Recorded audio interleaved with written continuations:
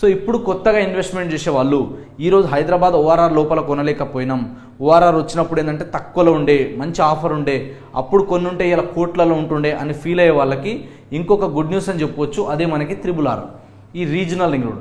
So regional ring road అనేది చూసుకుంటే మనకు వచ్చేసి టోటల్గా 350 కిలోమీటర్లు వస్తుంది. ఈ ఓఆర్ఆర్ తీసుకుంటే మనకి 158 కిలోమీటర్స్ ఉంది ప్రజెంట్. సో 158 km ఉంది, ఇది వచ్చేసి మనకి 350 km డిస్టెన్స్ రాబోతుంది. కాబట్టి ఓఆర్ఆర్ దగ్గర మిస్ అయిన వాళ్ళు ఓఆర్ఆర్ కంటే డబల్ మనకి ఇప్పుడు RRR వస్తుంది. కాబట్టి ఈ RRR వర్క్ కూడా తొందరలో స్టార్ట్ కాబోతుంది, టెండర్లు కూడా వేస్తున్నారు. ఒక్కసారి వర్క్ స్టార్ట్ అయిందంటే ల్యాండ్ వాల్యూస్ అమాంతం పెరుగుతాయి. మరి ఎక్కడ పెడితే బాగుంటుంది? అన్ని హైవేస్ ఉన్నాయి మనకి, అన్ని డిఫరెంట్ లొకేషన్స్ ఉన్నాయి. బట్ నా ఎక్స్పీరియన్స్తో నేను అనాలసిస్ చేసి నేను మార్కెట్లో తిరిగి నేను చూసినంత వరకు ఇప్పుడున్న మార్కెట్ కండిషన్లో ఎక్కువ మంది ఎక్కడ సైడ్ ఇన్వెస్ట్మెంట్ చేస్తున్నారు, ఎక్కడ బాగా గ్రోత్ అవుతుందంటే మీ అందరికీ తెలుసు, సౌత్ డైరెక్షన్ అనేది ఫస్ట్ ప్లేస్లో ఉంది మనకి.